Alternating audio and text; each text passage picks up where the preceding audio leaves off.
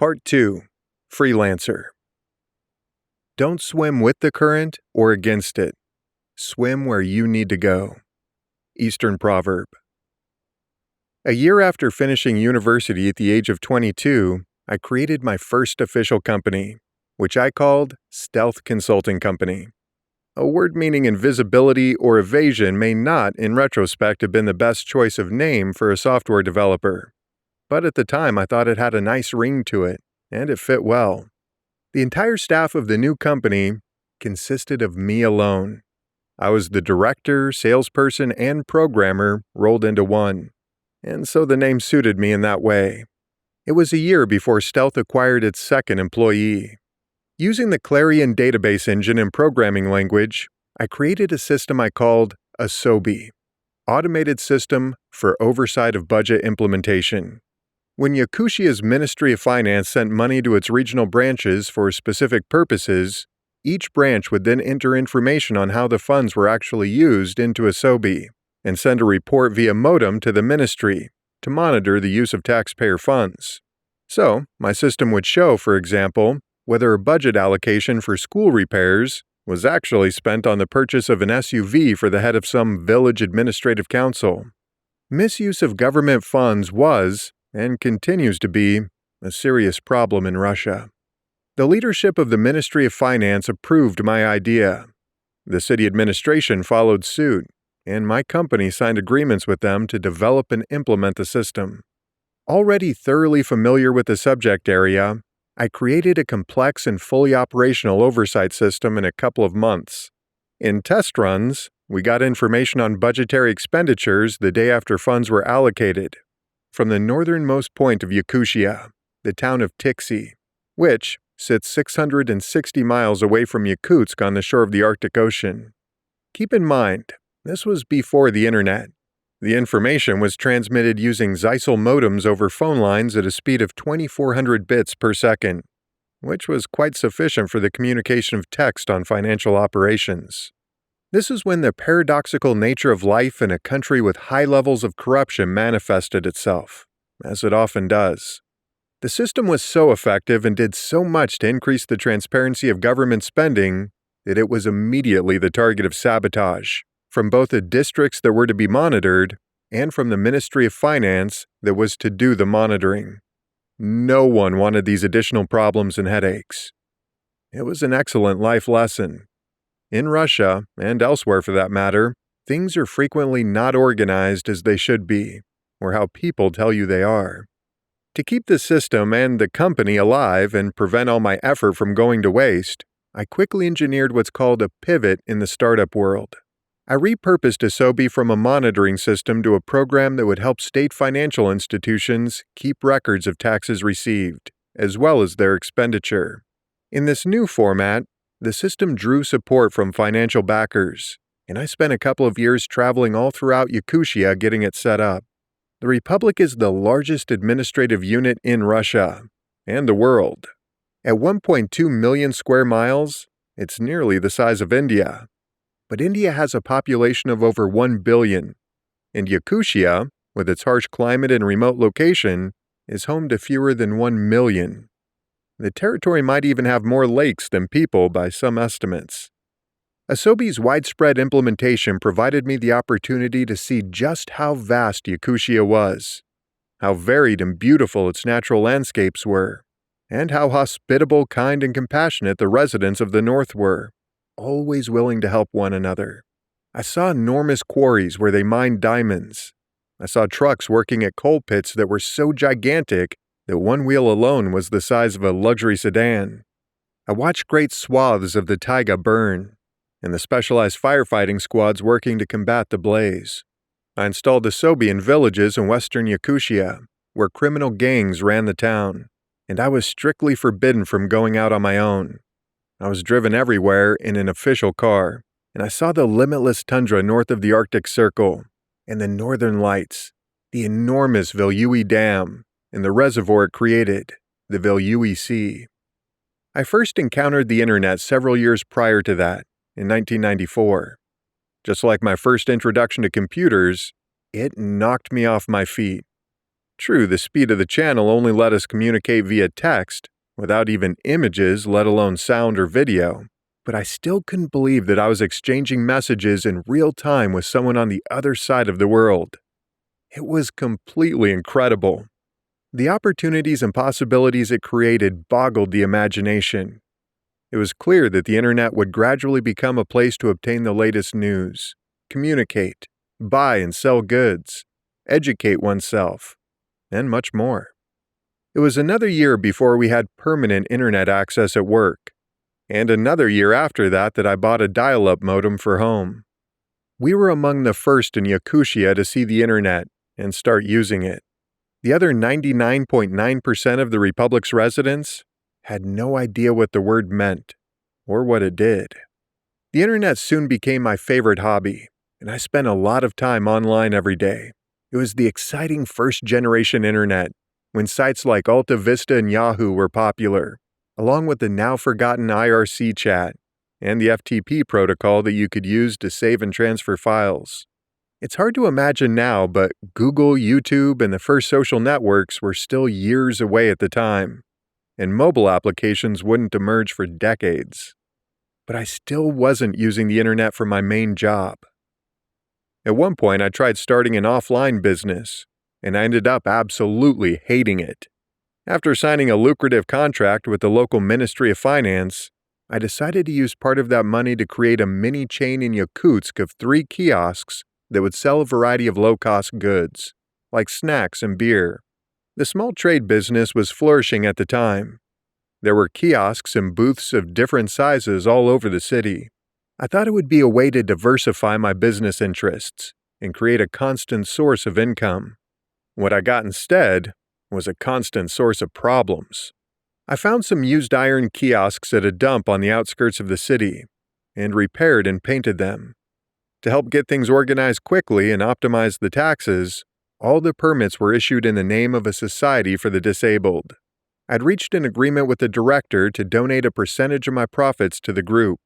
After securing a whole stack of authorizations from more than 20 different agencies, we finally had all the necessary documentation and found some nice, well-trafficked spots to set up our kiosks, 2 at markets and 1 in a residential district. I bought the goods wholesale and marked them up 25 to 50%, hired salespeople, and began my retail career. Sales were more or less fine due to our choice of locations. The kiosks paid for themselves and even generated a small profit. What was the issue then? The issue was that there was some kind of problem almost every day that I had to resolve urgently. Either workers failed without warning to show up to their shift, or the truck we used to transport the stock broke down, or the local quasi-criminal element in tracksuits showed up and demanded a protection fee. This was the 90s, a more lawless time in Russia. Thus began what I called the great battle for an old used shoe. The amount of work my micro-business required began to distract me from my main IT business, which, by the way, is one of the main problems that entrepreneurs face. They spend their most limited and valuable resource, time, chasing after micro-targets in a limited niche or regional market. After 6 painful months in which there was more than one power failure in the winter, when all our stock froze, I was seriously considering giving it up. Fortunately, right in time I suppose you could say, the head of the charitable society came to me with an ultimatum. She thought the business was doing well, and she decided it was time for me to go. Officially, the kiosks were the property of the society, and I was just a renter. So she told me to clear out. They would be taking over the business themselves. Greatly relieved, I sold off all my inventory, took my equipment, and handed the empty kiosks over. They weren't able to make a go of it, however, and the kiosks were once again left to rust in the dump a couple months later. I drew 2 basic conclusions from this episode. 1, IT is the best business in the world, and if you're an IT professional, you should appreciate that for what it's worth, and not try to go into offline ventures. 2, business partners, especially ones you don't know well, aren't always the most reliable option. Russia is a highly corrupt country. There are places with more corruption, yes, but it's a serious problem here, affecting entrepreneurs as well. Fortunately, I had a strategy that I will discuss a bit later on that made it possible for me to establish a business without getting involved in shady schemes and kickbacks. But I, along with millions of other Russians, couldn't avoid the everyday corruption of the 1990s to 2000s. One such instance taught me a valuable lesson. I bought my first car in 1996. It was a fabulously beautiful, to me anyway, Nissan Sunny. Metallic, lightly tinted sea green, with its steering wheel on the right side of the car, Japanese style. It had a turbocharged engine that could go from 0 to 60 miles in 9 seconds.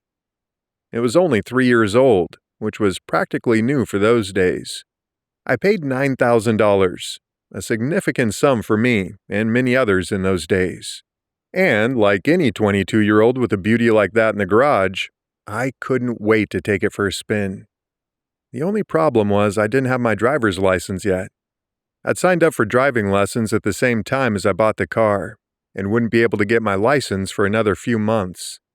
I was already driving quite well, actually. Eventually, word spread among the police that there was a rich young geek tooling around the city in a flashy car without a license, and he was good for a bribe in exchange for not impounding his car. I was getting stopped by every single traffic cop on the side of the road. They'd stand there with their striped batons and signal me to pull over. I got so sick of it that one time, I just kept right on going. I simply pretended that I was looking in the other direction.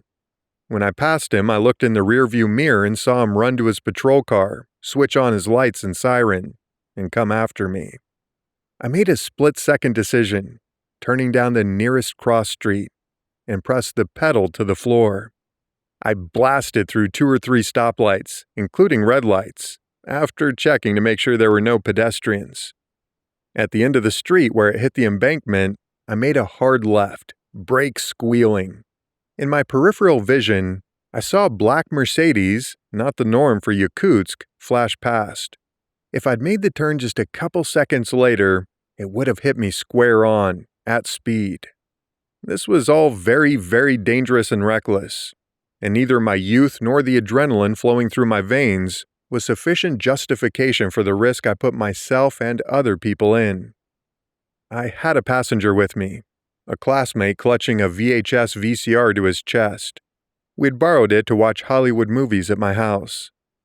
He had slid onto the floor in terror, and incomprehensible sounds were issuing forth from his mouth. I made another left, and was home. I pulled into the metal garage I rented near my apartment. The policeman hadn't seen me make the second left, and continued along the embankment. We were already walking from the garage to my apartment, VCR in hand, by the time they pulled slowly into the courtyard, looking for the Nissan. I almost had a heart attack, but I'd made it through the first part of my little adventure, through pure luck. The next day, alone this time, I set off in my car as usual. I didn't have far to go, but I exercised extreme caution, getting out at most traffic lights and jogging forward a bit to make sure there were no police around. But, just as I was almost home, I checked my side mirror and was horrified to see the patrol car from yesterday following directly behind me as I made the turn into my courtyard. I came to a stop and the police car parked right against my bumper, blocking me in. The officer got out and walked over and I rolled down my window. "Well, hello," he said. He skipped the usual start of the conversation where officers state their name and rank. "Come on out, Speed Racer." "Hello," I replied, and couldn't think of anything better to say than, "I want to see my lawyer." But the officer didn't appreciate my sense of humor. "Oh, your lawyer, huh? I'll get right on that." Then, without further ado, the police pulled me out of the car, put my face down on the hood, and handcuffed my hands behind my back. The Nissan went to the impound lot, and I went to a police station far out on the edge of the city, by a construction zone. They wrote up an arrest report at the station for disobeying a police officer, and stuck me in a holding cell for 24 hours as punishment. There, I found myself in a large, dimly lit, shabby room, with iron bars on the windows and doors, along with 20 of the less savory members of our society. It smelled of urine and mildew. After a brief adjustment period, I was resigning myself to spending the night there, when the officer on duty came in and ordered us all to get in line. We were told to remove and hand over any belts, shoelaces, and suspenders, and prepare our personal belongings for inspection. I assumed this was so we wouldn't have anything to hang ourselves with, or attack our neighbors at night. I obediently took everything off and stood in line with the rest, waiting my turn. When he got to me, the policeman noticed that I stood out a bit from the assembled company. He asked where I worked, then opened my bag and saw my laptop and cordless phone. Very top of the line then. "Okay, got it. Put your things back on and come with me." He took me to a back room and asked if I'd be interested in making a voluntary donation to a fund run by the officers of this station. I didn't have much cash on me, but it all went to the police, after which they let me go. I'll never forget the intoxicating feeling of freedom, the sweetness of the air, and the beauty of the world around me, which took my breath away as I stood on the front steps of the police station. I tossed my laptop bag high up in the air, caught it, and yelled, "Hooray!" at the top of my lungs. I made a promise then to myself that I would do everything in my power to never end up in a place like that again. I had my first real taxi experience around that time, a rather extreme and fateful one. As an avid fan of the internet, I rang in the new year, 1997, sitting home alone in front of the computer with a bottle of champagne, clicking my glass against the glass screen of the monitor every time it struck midnight in the time zone of one of my virtual friends on the IRC chat. We started with Kamchatka in the Russian Far East, and then moved on to Yakutsk, Siberia, Moscow, and Europe. The guys in Alaska were last, and told me later that they were 3 sheets to the wind by the time midnight hit the western United States, after celebrating the New Year with the rest of the world for nearly 24 hours. But I wasn't going to hang out in the chat room all night. My real-life friends had invited me to 2 different parties that night, and since I was planning to go to the one further away, I'd need to travel by taxi. I got ready and walked to the bus stop in the city's central square, where I was miraculously able to flag down a cab. In those years, it was extremely difficult to find one on New Year's. I'd just opened the door and started bargaining with the driver over the price when a stranger came up from behind and pushed me out of the way, saying, "Hey, get lost, this is my taxi." I happened to disagree, and our discussion transitioned smoothly into physical communication. Unfortunately for me, there were 3 of them. The other 2 jumped in, knocked me to the ground, and pummeled me with vicious kicks. I took a boot right to the face. When they ran off, I stood up. Covered in snow, my winter coat was torn in half down the middle, and blood from my broken nose was pouring down my face and onto my shirt. There was a police car parked about 300 feet away, engine running. I could see some officers of the law inside celebrating the new year. I walked over and we had the following conversation. "Hi, 3 guys just jumped me and beat me up." "So?" "Well, I mean, you should catch them. Look what they did to me. They could hurt somebody else." "Listen, man, if you don't disappear right now, you're going to get the same from us. You got me?" I did indeed. For many years after that, I did my best to avoid any contact with the Russian police. That night, I went home, washed up, got changed, stuck a huge bandage on my nose, and went to the party closer to me. I could get there without a car. I arrived to find a group of drunk and sleepy friends, and more importantly, bored, pretty girls, to whom I was a figure of great interest, battered, sober, a bandage covering half my face. And one of those girls was Vera, my future wife. That was the night we met, and we got married a year later. It must have been fate, giving me a very direct push in her way. At the end of summer 1998, the tsunami of the Asian financial crisis hit Russia. On August 17th, the government defaulted on its debt securities, admitting that it couldn't afford to pay out on them. The ruble crashed, dropping 80% in value in a matter of weeks. But before that, the first sign of the impending crisis was a call from, of all sources, my mother-in-law.